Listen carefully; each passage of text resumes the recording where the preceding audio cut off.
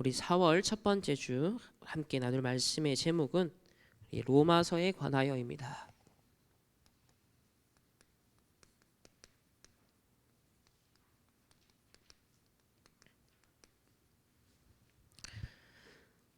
우리 4월부터 이제 로마서가 시작이 되었는데 오늘은 전체 로마서의 핵심이 뭔지를 살펴보도록 하겠습니다. 우리 서론에서 아까 영상을 본 것처럼 3단체나 각 종교단체들이 실제로 어떻게 기도하는지 꼭 확인하라라고 지난번에 말씀을 주셨습니다. 심지어는 이것을 여러분들이 확인을 하지 않는다는 건 심지어 태만이다라고 그렇게 표현을 하셨어요. 가지고 있는 스마트폰으로 게임도 하고 은행 여러분이 일 처리는 다 하는데 유튜브에서 온갖 건 다 보면서 실제로 확인해야 될 현장은 유튜브로 다 확인할 수 있는 시대가 됐는데 확인을 안 한다는 거예요. 그만큼 그건 태만이다라고 말씀하십니다. 그래서 여러분들이 실제 확인을 해야 된다.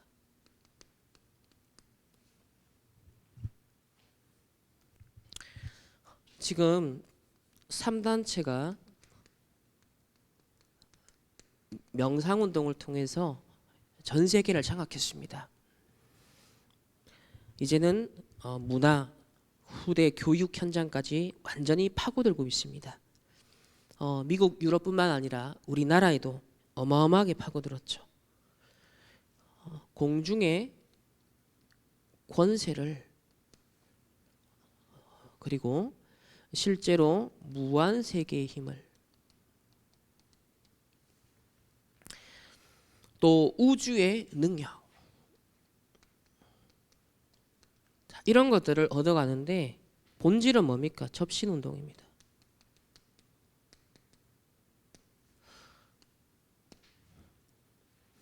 이거는 계속 현장을 파고들고 있고 진행되고 있는 부분이거든요. 그래서 한두 번 여러분이 확인했다고 해서 감잡아낸 거 절대 아니에요. 하루가 다르게 발전하고 있고요. 하루가 다르게 현장을 장악해가고 있습니다. 각 영역으로 전문인들로 연예인들로 이들이 손을 뻗쳐가고 있다니까요. 계속 수시로 확인하셔야 합니다. 수시로. 두 번째는 방금 영상에서 본 것처럼 무슬림이 하루에 5번 기도를 하고 있습니다. 그들의 삶과 이 예배, 기도는 완전 일치가 되어 있습니다. 따로 놀지 않습니다. 아까 얼마나 귀찮은 거 손발 다 씻어야 되죠. 하루에 5번 저 리듬 타야 되죠. 절도 다 순서가 있어요. 근데 그걸요 현장에서 일이 아무리 바빠도 절대로 그걸 멈추지 않습니다. 그 말은 우리가 하루에 우리는 3번 혹은 1번 현장에서 기도한다는 것이 이제는 더 이상 다른 핑계로 될 수가 없는 거예요. 바쁘다?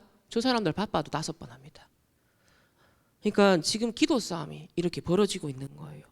하루 5번 메카를 향한 집중을 한다니까요. 메카를 향해서요. 하루 5번 멈추는 시간이 있다는 것 자체가 굉장한 집중력입니다. 굉장히 생각, 마음, 의식 통일이 된다는 것이죠.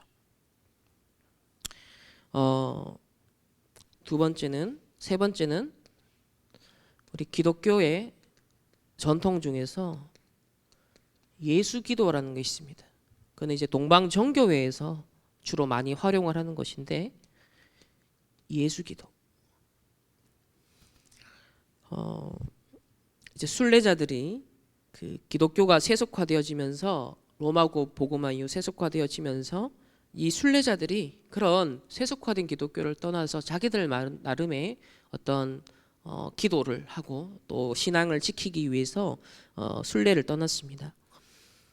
그러면 그 험난한 길 속에서 사람들이 생존하고 또 살아나야 되니까 기도를 하게 되었는데 기도 내용은 간단합니다. 주 예수 그리스도요. 주 예수 그리스도요. 하나님의 아들이시여 이 죄인을 불쌍히 여기소서. 요 한 문장이에요. 요 한 문구를 계속 수시로 이동하면서 계속 읊으면서 다니는 겁니다. 그러니까 생각, 마음, 육신, 영혼 이게 다 일치가 돼버린 거죠. 다른 힘이 생기는 거예요. 그러니까 맹수가 또는 추위가 병이 들이닥쳐오는데도 그걸 이겨나가는 어마어마한 능력들과 기적들을 체험했다고 합니다. 물론 이 동방 종교의 배경은 사실 복음적인 색깔에서는 조금 안 맞는 내용도 있긴 해요. 동방 종교에는 결국 나중에 행위를 결국은 함께 덧붙여서 구원을 얻는다라고 말을 하기 때문에 복음적으로는 어긋난 부분이 있어요. 그러나 핵심은 뭐냐? 단순한데 그 기도를 24 하는 거예요. 근데 그 안에서 다른 능력을 얻는다는 거예요. 예수 그리스도 그리고 하나님의 아들 이 죄인을 불쌍히 여기소서. 요 내용 자체는 전혀 틀린 게 없잖아요. 아주 복음적이죠. 다시 말하면 창세기 3장의 비참한 죄 속에 있는 나를 인식하는 거잖아요. 그럼 누구 앞에 엎드리는 거예요? 하나님 앞에서. 그러니까 이게 단순한데 묵상이 계속되고 집중이 된다. 이게 가장 중요한 겁니다. 네 번째는 교회사적으로 볼 때 초창기 기독교 역사에서 기도와 호흡은 같이 갔었다. 근데 이게 어느 시점에선가 이 전통이 사라졌다. 이런 부분들을 좀 확인을 해봐라 라고 하십니다. 그래서 오히려 서방교회는 이런 부분이 사라졌는데 동방교회는 이 호흡이라는 부분이 남아있어. 이 예수 기도는 호흡하면서 하는 거거든요. 예수 기도는. 그래서 이런 부분을 조금 분별하면서 확인을 앞으로 좀 나가야겠고요. 근데 여기서 알리는 핵심은 다른 게 아닙니다. 여러분들이 3단체 명상이든 무슬림 기도든 뭐 순례자의 길의 예수 기도든 간에 이 모든 것은 다른 것 같지만 핵심은 뭐 이거예요. 내 생각과 마음과 그리고 나의 뇌, 영혼이 일치하는 겁니다. 딱 하나가 되는 거예요. 요게 기준이에요. 108배를 하든 무슬림이 절을 하든 묵주를 돌리든 핵심은 이겁니다. 내가 잡생각에 안 빠져든다 그 말이거든요. 멍한 생각에 안 빠져든다는 거예요.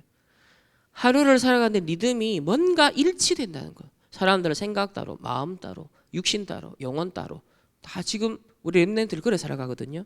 우리 성도들이 그래 살아가거든요. 근데 지금 종교에 하루에 적어도 3번, 5번 집중하는 리듬을 갖고 있는 사람들은요. 능력이 나오는 겁니다. 집중력 속에서 잡생각 없어지고 능력이 되고 명료해지는 겁니다. 그러니까 다른 사람보다 지혜도 생기고 창의력도 생기고 도전할 수 있는 의식도 생기죠. 이 싸움이라는 거예요. 여러분이 만약에 이 위대한 복음을 갖고 정확한 복음을 가져도 이 부분이 안 돼버리면 분살 분열 돼버리니까 능력이 안 생기는 겁니다. 어마어마한 걸 갖고도 그걸 활용하지 못하는 거예요. 여기서 우리가 져버리는 것입니다.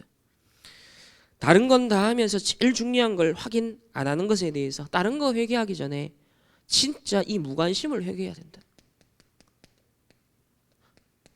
지난 랩런데이 때 세게 말씀하셨죠. 토요훈련 다시 핵심 시대 열고 모여라.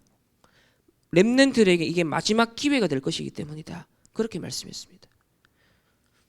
그래서 3단체와 종교를 능가하는 기도의 힘, 정말 3단체와 이런 종교를 능가하는 기도의 힘이 저와 여러분에게 하나님 꼭 회복하라고 말씀하십니다. 이렇게 하게 되면 중요한 것이 한 가지 나옵니다. 중요한 것이, 그것이 무엇일까요? 바로 다른 사람이 알지 못하는 미지의 세계가 보인다라고 했습니다. 그래서 오늘 첫 번째로 미지의 세계를 본 바울입니다.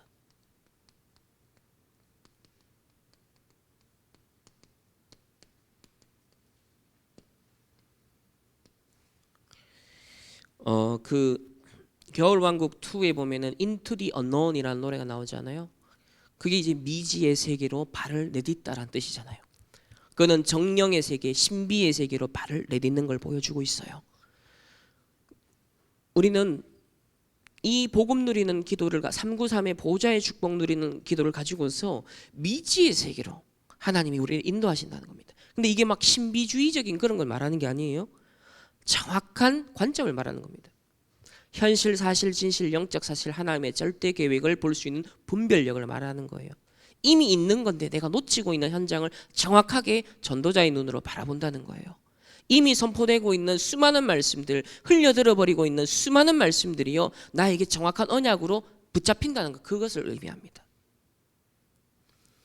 바울은 뭘 봤느냐? 그 당시 강대국인 로마를 본 겁니다.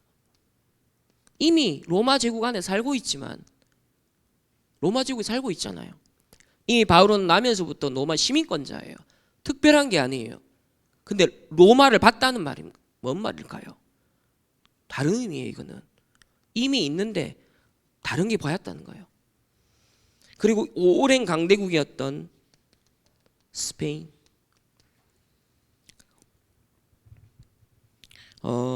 그래서 바울은 평생 동안 로마와 이 스페인을 향해서 가길 소망했습니다. 이 로마서를 쓴 편지도 뭐냐면 로마에 가기 전에 로마에 있는 교회 성도들에게 요청을 하는 거예요. 내가 스바나 즉 스페인까지 복음화 선교를 해야겠는데 여기가 그 시대의 땅끝으로 인식했단 말이에요.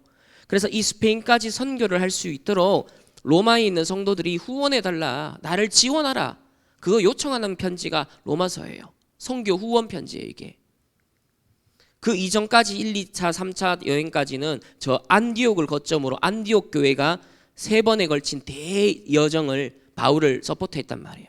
근데 이젠 거점을 옮겨가는 겁니다. 왜? 땅끝까지 가야 되니까 선교의 거점을 어디로 옮기려고? 로마로 옮겨서 스페인까지 이 복음이 들어갈 수 있도록 그걸 요청하는 편지가 로마서라는 거예요. 그럼 왜 그랬느냐? 당시 이곳이 땅끝이었고 또 로마에는 많은 인재들이 와 있었는데 주로 스페인 출신들이 많았습니다. 그래서 세네카 같은 네로 황제의 이제 교사 역할을 했던 그런 세네카를 비롯한 뛰어난 인물들이 로마 선생으로 들어와서 많이 가르치는 역할을 하고 있었습니다. 이 말은 뭐냐면 결국 스페인이 로마에 영향을 주고 있었고 거기에 미리 복음을 전하게 되어졌을 때 앞으로 전쟁과 재앙을 일으키는 로마의 지도자들을 양상하는 그들을 지도하는 만약에 멘토들이 바뀌어버리면 어떻게 되겠죠? 이해가 되시죠? 로마의 황제들이나 그 관료들의 자녀들을 가르치는 교사들이 스페인에서 왔단 말이에요. 근데 복음 가진 교사가 되고 복음 가진 교수들이 그들을 맡으면 어떻게 되겠냐는 거예요. 그걸 말하는 겁니다.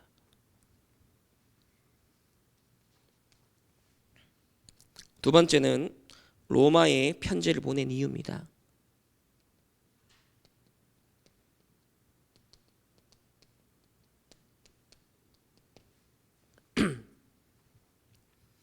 첫 번째는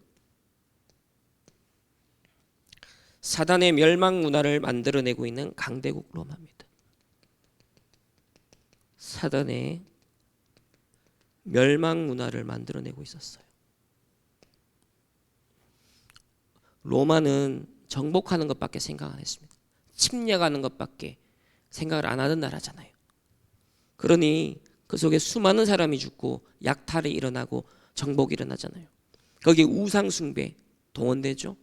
로마는 또 모든 이민족들의 우상들, 종교들을 다 받아들였기 때문에 종교 다원주의, 종교 혼합주의로 가고 있었습니다.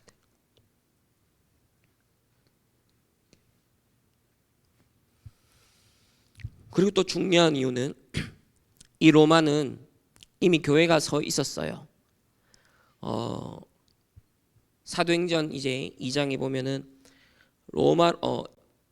로마로부터 온 나그네라고 나오잖아요. 그러니까 이미 오순절 마가다락방 그 현장에 그 디아스포라 유대인 중에서 로마에 흩어져 있는 유대인이 절기를 지키게 와 있었고 그들이 복음을 듣고 이 현장에 온 것입니다.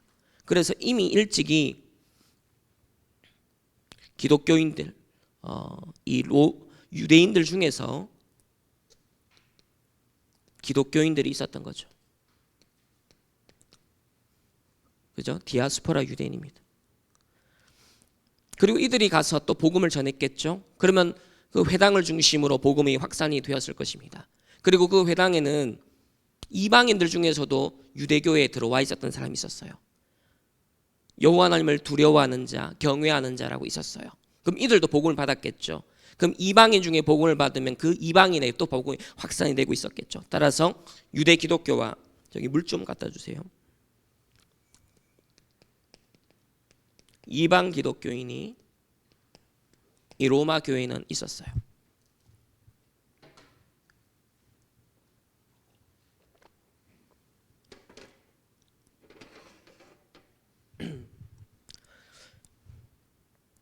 자, 그러면 여기서 나타나는 문제가 뭐냐면 전형적으로 모든 곳에 일어났던 갈등인데요.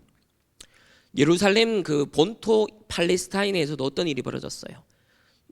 유대인 중에 개종한 기독교인들이 많이 생겨났죠.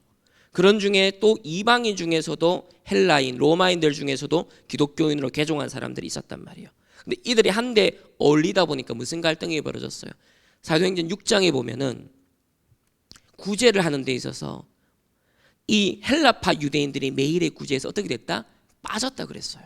그러니까 유대 기독교인들이 그러니까 정통파 유대인들은 팔레스타인에 있는 유대인들은 저 헬라화된 로마화된 유대인들을 따돌렸어요. 그런데 여기서는 로마 시민권을 로마화된 헬라화된 이 유대인들이 또 이방 기독교인을 받아들이는 데 있어서도 그들 간에 벌써 장벽이 있는 거예요. 이해가 되죠? 정통 유대인과 헬라파 유대인의 차이. 그 헬라파들 안에서도 이방인 유대인들 중에서 이방화된 유대인들 중에서도 유대인과 아예 헬라인이 있는 거죠. 아예 유대인이 아닌 이민족들이 있겠죠. 그러니까 서로 간에 이런 갈등이 있었던 겁니다. 이런 유대 기독교인들은 메시아 야훼 하나님은 이스라엘의 하나님이다. 민족주의적으로 봤어요.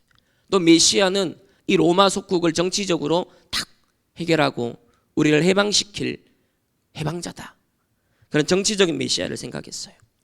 또 율법을 지켜야만 구원을 얻는다. 이런 생각을 가진 사람들도 있었단 말이에요.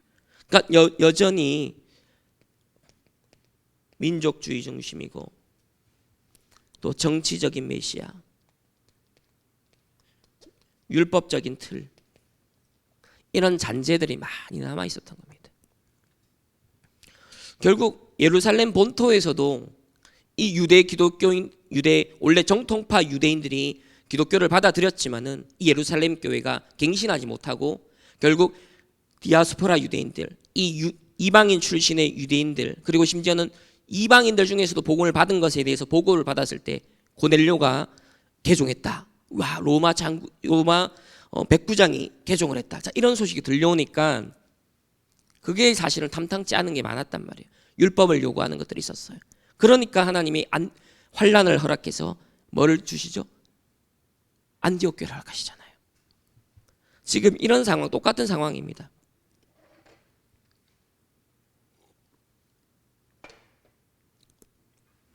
그래서 이 로마 교회 역시도 이렇게 분열되고 갈등하고 있었던 상황이 나옵니다. 그래서 로마서를 2장부터 쭉 읽어 나가면 그거에 대해서 얘기를 하는 거예요. 진짜 복음이 뭐냐, 의가 뭐냐, 행위가 뭐냐, 율법이 뭐냐, 죄가 뭐냐, 이거에 대해서 그렇게 자세하게 얘기를 하는 거예요.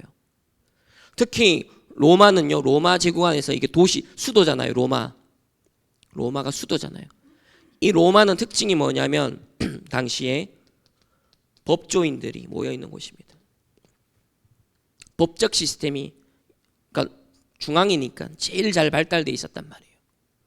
그러니까 성향 자체가 이 도시에 있는 사람들이 아무래도 법적으로 뭔가를 정확하게 따지고 하는 이런 것들에 굉장히 감각이 있었던 사람인 겁니다.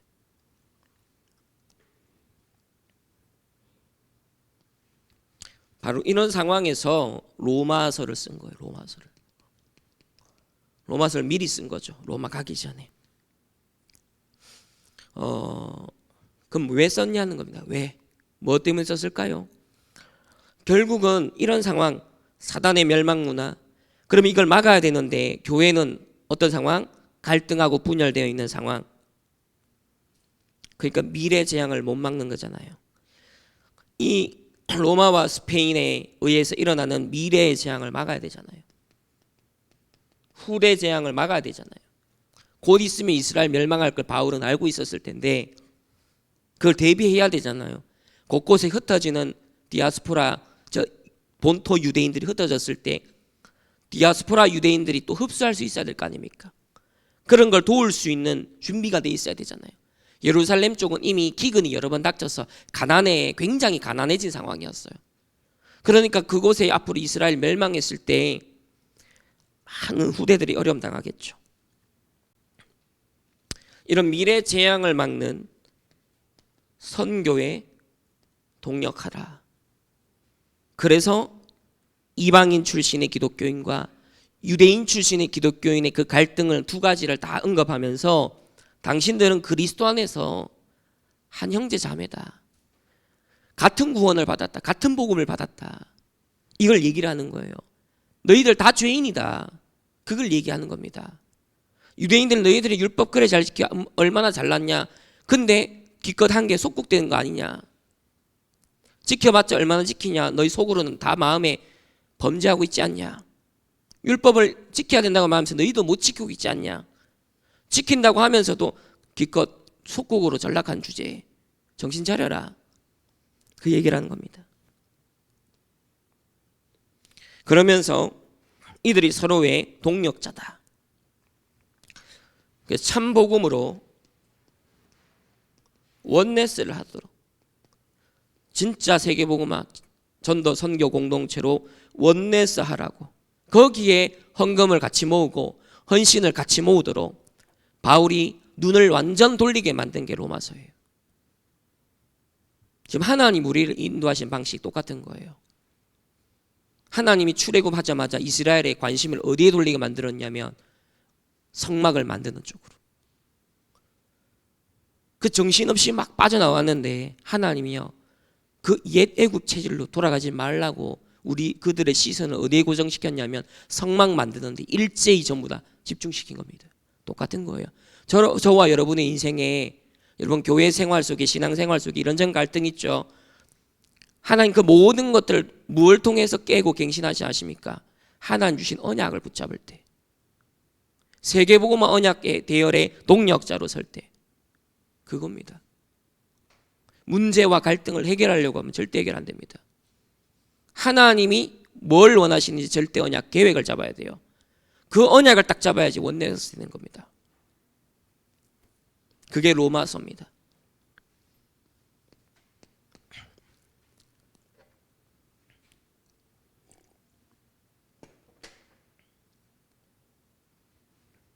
여기 두 번째 가기 전에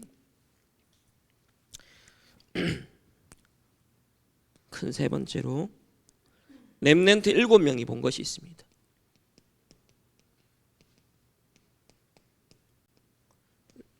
렘넌트 7명이 본 두 가지가 있어요. 그게 뭐냐? 지금 미지의 세계를 볼 수 있는 여러분들이 이렇게 생각과 마음과 내 영혼 딱 일치되는 기도의 망대가 딱 세워지면 미지의 세계가 보이는데 그때 두 가지가 보인다 그랬습니다. 첫 번째, 기성세대가 못 본 것, 어른들이 보지 못한 것, 이런 부모님이 보지 못한 걸 보게 합니다. 애굽 보고마를 요셉이 봤어요. 그리고 성전을 다윗은 준비했습니다. 기성세대 다 놓친 것들이. 두 번째는 현장의 왕이 전문인이 못 보는 것. 그걸 봤어요.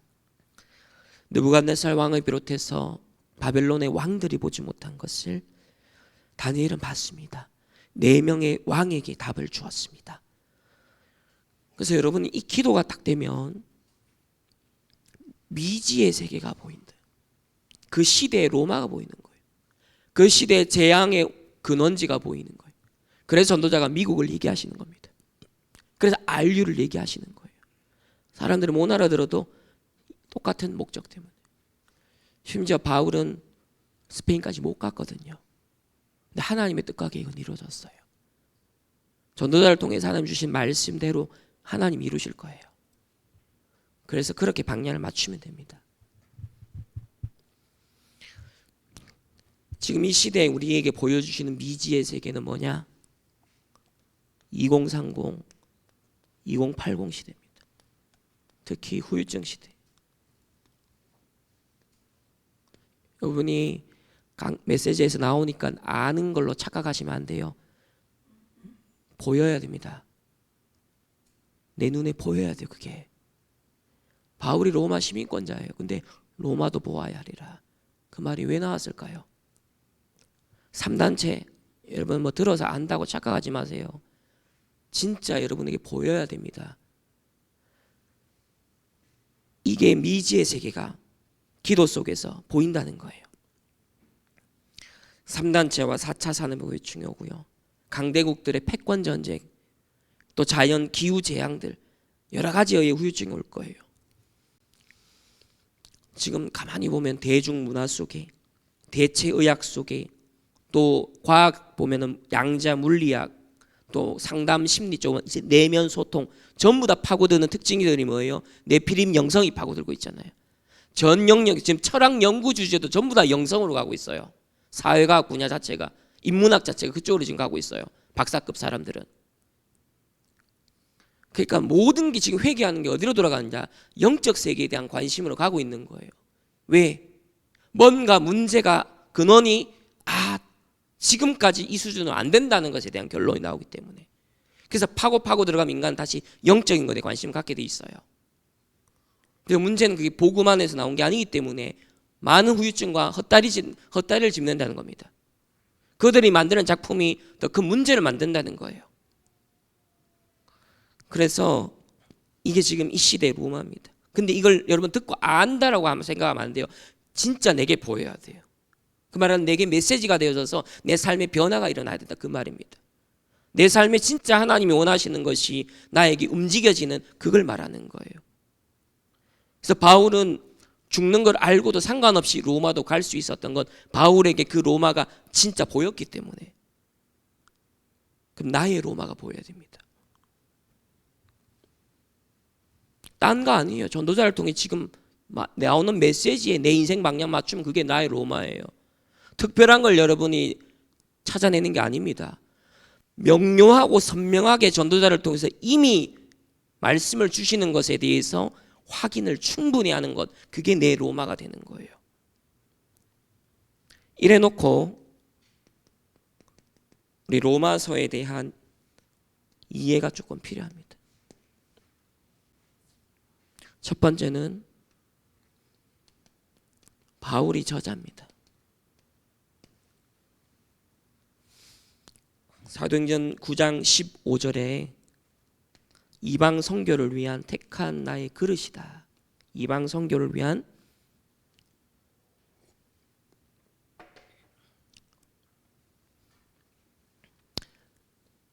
그리고 에베소 사역을 하고 난 다음에 사도행전 19장 21절에 로마도 보아야 하리라.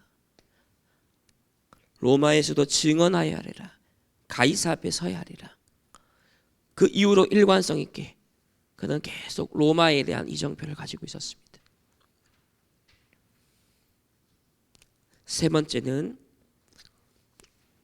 로마서 16장 25절 27절 요 내용이 이제 마무리되는 인사인데 이걸 볼 때 바울에게는 확실한 하나님의 절대 계획이 있었습니다.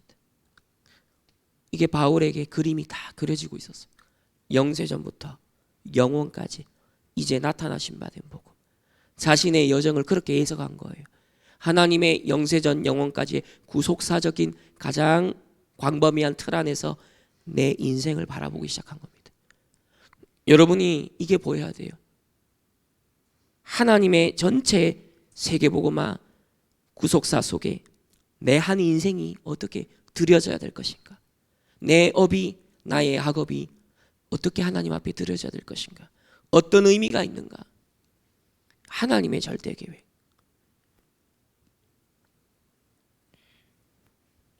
두 번째는 기록식입니다.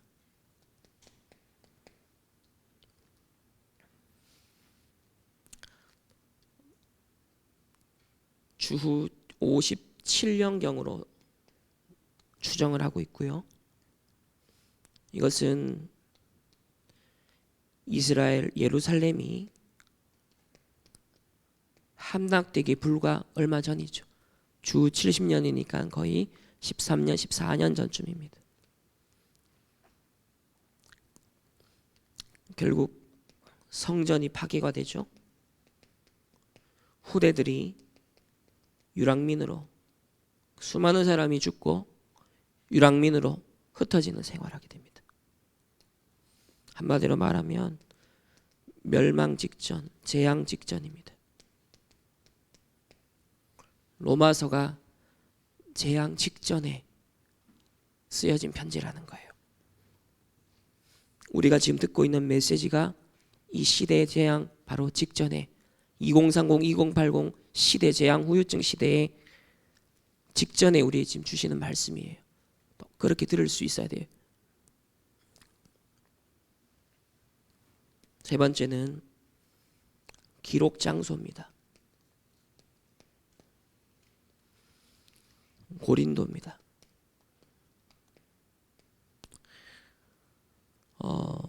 처음에 브리스길라 아굴라 부부를 만났던 사도행전 18장에 보면 회당 사역을 했죠. 브리스길라 아굴라 부부와 만나는 18장. 자, 고린도에 그래서 16장 고린도전서 16장에 보면은 그 집에 있는 교회, 브리스길라 아굴라 부부 있는 집에 있는 교회라 그랬거든요. 자, 이 사람들의 집이 교회가 됐습니다. 그러고 난 다음에 바울이 사역을 하다가 또 핍박을 받아서 잠시 3개월 동안 고린도에 머무릅니다. 3개월 동안. 요때 드디어 로마서를 씁니다. 로마를 향해 편지를 써요.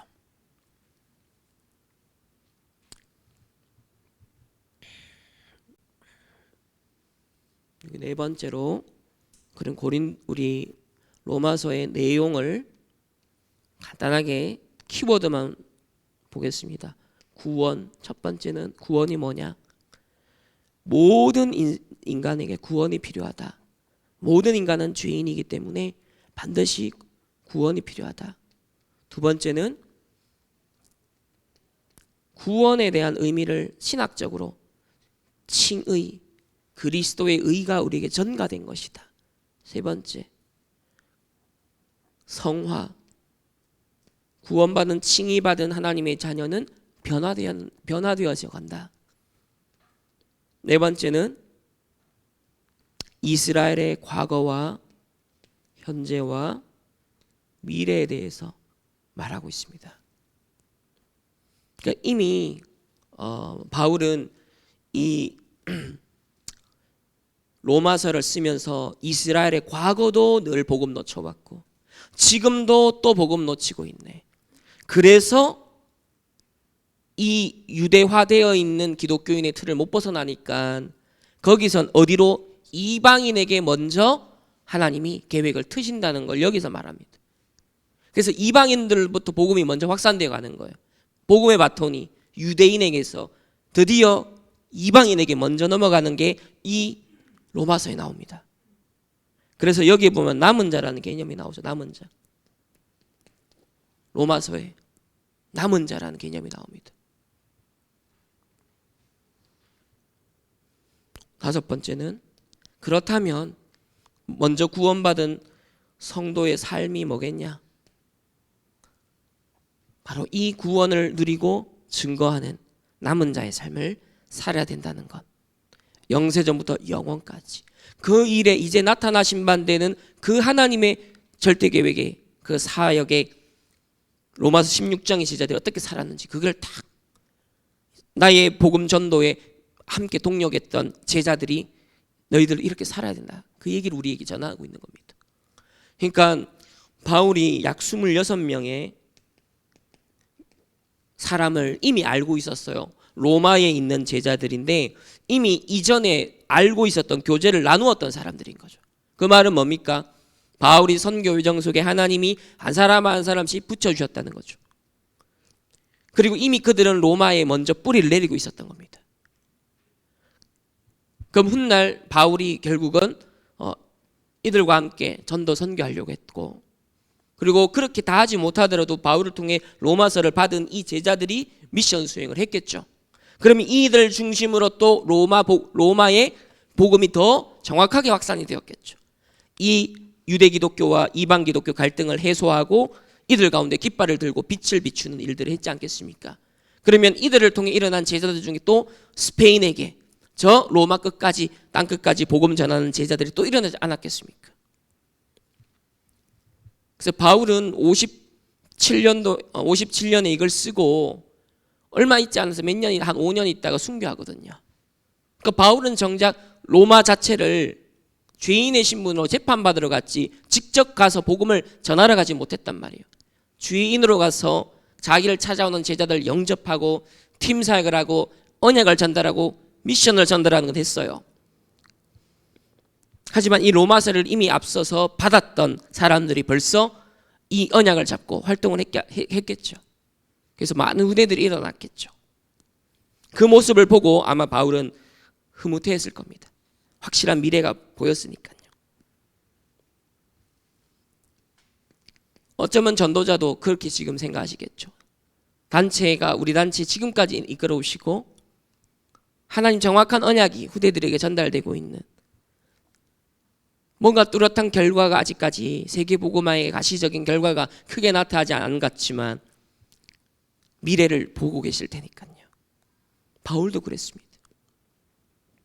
로마서의 우리 핵심 성구입니다.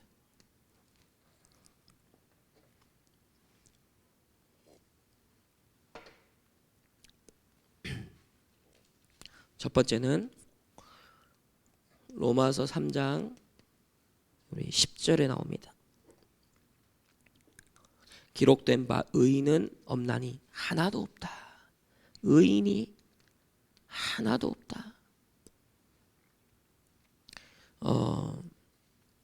이 유대인들이 아무래도 율법적인 그죠? 성향이 훨씬 강하잖아요. 저 헬라인 출신들보다. 그러니까 율법을 지키면 내가 의인이 된다, 의롭게 된다라고 이 전통이 계속 흘러왔단 말이에요.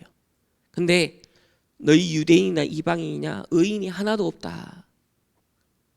그 말은 뭡니까? 모두 창세기 3장 속에 있다. 그 말입니다. 창세기 3장.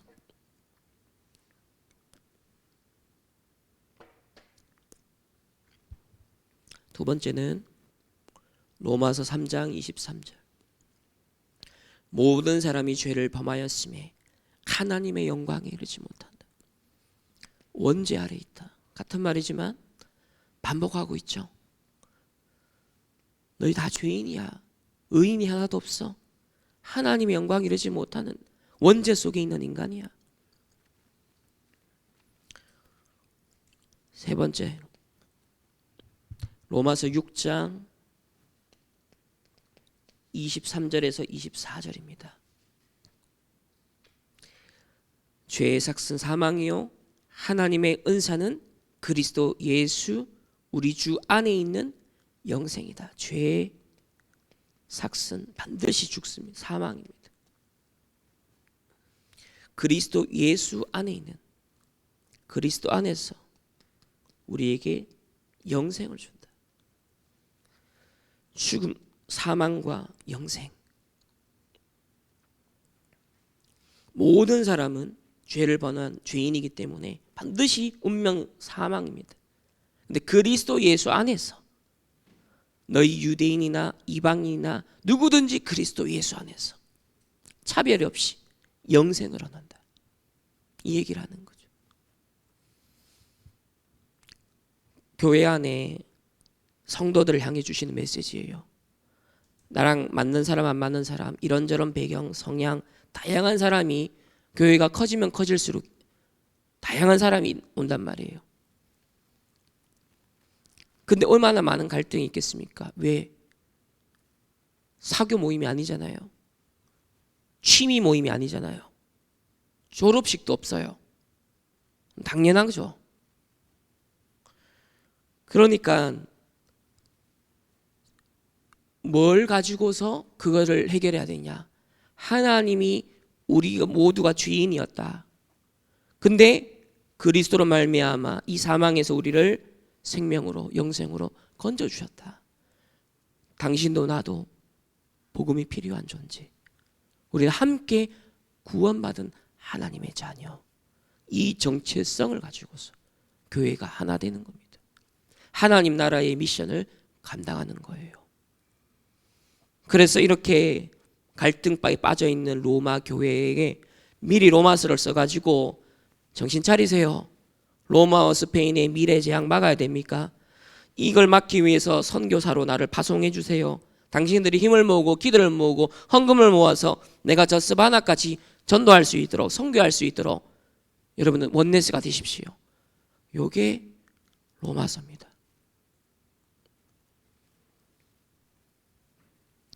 그래서 창세기 3장 15절 답 나왔죠?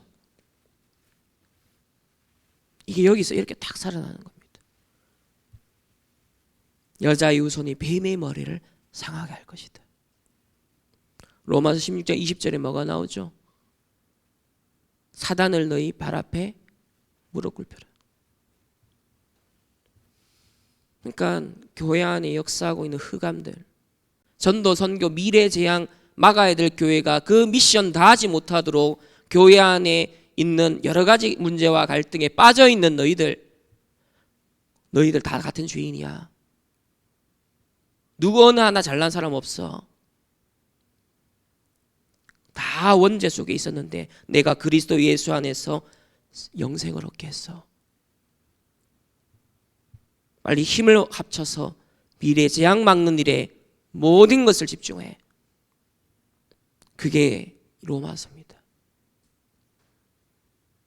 그래서 여자의 후손이 뱀의 머리를 상하게 하듯이 로마 교회의 너희 성도들이 원네스 되어서 로마 제국의 후유증과 미래 재앙 막는 일에, 그 사단의 일을 박살내는 일에 너희들이 언약 잡고 하나가 되라.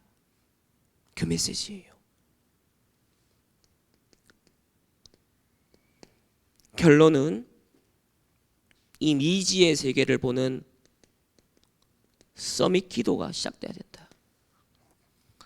여러분 암만 2030, 2080 후유증 메시지 들어도 여러분이 이 서밋 기도 속에서 저게 보여져야 돼요. 내게 다가와야 돼요. 3단체 암만 얘기 들어도 이 서밋 기도 없다면 그거는 그냥 메시지고 다른 사람이 잡은 언약이에요. 여러분이 잡은 언약은 아니에요. 서밋 기도라야 이 속에 있어야 미지의 세계가 보입니다. 정말 재앙의 근원지가 보이고 그게 나에게 와닿기 시작하는 거예요. 그래야 첫 번째로 서밋 기도가 된 사람의 기준은 뭐냐? 그 어떤 핑계도 없는 제자입니다. 그 어떤 핑계도 없는 제자. 내가 이래서, 저 사람이 이래서, 우리 가정이 이래서, 내 환경이 이래서 핑계가 없는 제자. 서밋 기도 들어가면 핑계가 없어집니다.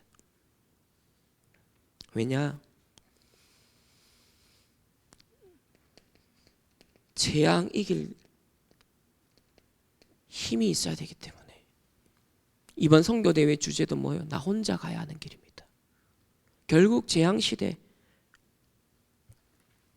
살아남는 힘이 있어야 됩니다. 부모와 학교와 교회와 나라 어쩌고 저쩌고 핑계 대해서는 절대 못 이기죠.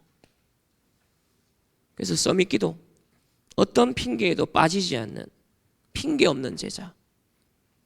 두 번째, 이 서밋 기도의 기준입니다. 기준은 뭐냐면 기성세대가 보지 못한 것, 현장의 전문인이 보지 못한 것을 미리 보고 준비할 만큼입니다. 미리 보고 준비할 만큼. 내가 서밋 기도가 된다, 그 속에 정말 들어갔다 했을 때는 보이기 때문에 준비를 할 수밖에 없어요. 이게 기준입니다.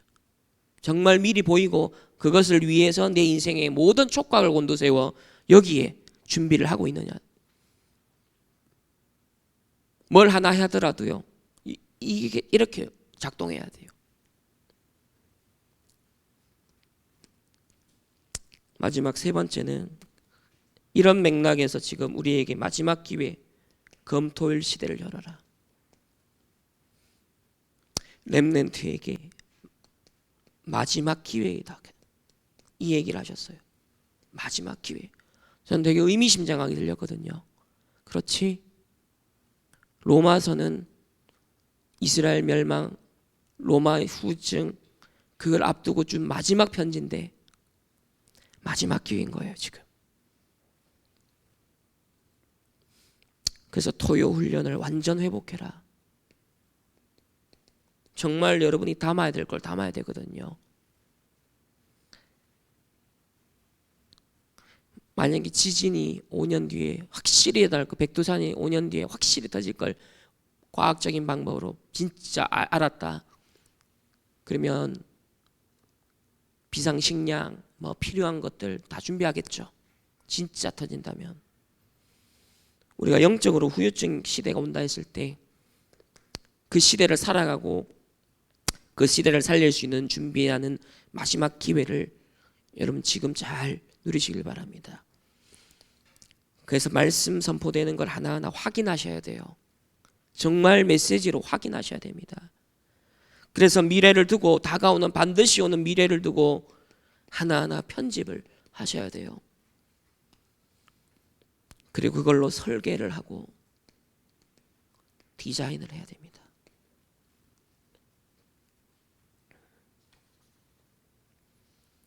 그래서 오늘 로마서에 관하여 오늘 첫 번째 시간에 전체 주제는 이렇게 요약을 했습니다. 미지의 세계를 보는 서밋 기도. 이번 한 주간 이걸 하나 묵상을 계속 하시기를 바랍니다. 그냥 메시지에서 듣고 여러분 대충 아는 것이 아니라 정말 여러분에게 이 미지의 세계가 보여질 만큼 서밋 기도가 시작되어서 내 생각과 마음과 뇌와 영혼이 하나로 일치되는 이 집중력 회복하는 것에 신경을 쓰시고 또 그것을 방해하는 것과는 영적 싸움 하시기를 주님의 이름으로 축복합니다. 기도하겠습니다. 하나님 감사합니다. 오늘 로마서에 대한 말씀을 시작하오니 바울이 본 미지의 세계를 볼 수 있는 서밋 기도가 우리들에게도 시작이 되게 하옵소서. 살아계신 주 예수 그리스도의 이름으로 기도드립니다. 아멘. 이 시대 우리 하나님 앞에 드린 예물이 시대 재앙을 막고 교회를 살리며 이 지역과 민족과 전 세계에 빛을 발하는 일에 귀하게 쓰임받는 빛의 경제로 축복하여 주옵소서. 하나님 이 시대에 정말 서밋 기도가 시작되어져서 진정으로 하나님의 소원하시는 것이 우리의 인생의 중심으로 하나님 언약 잡혀지어서 한 시대 정말 로마 재앙을 막고 세계복음화 이루었던 것처럼 이 시대 2030, 2080 시대에 세계복음화의 하나님의 역사가 사실적으로 성취되는 일에 하나님 우리의 모든 인생의 방향 맞추어 인도받는 증인들 되게 하옵소서. 지금은 우리 주 예수 그리스도의 은혜와 하나님의 무한한 사랑하심과 성령 하나님의 내주 인도 역사하심이 미지의 세계를 보는 서밋 기도의 시작이 되길 원하는 모든 주의 백성들 렘넌트들 개인과 만남과 가정과 업과 흩어지는 모든 현장 위에 이제로부터 영원토록 항상 함께 계실지어다. 아멘.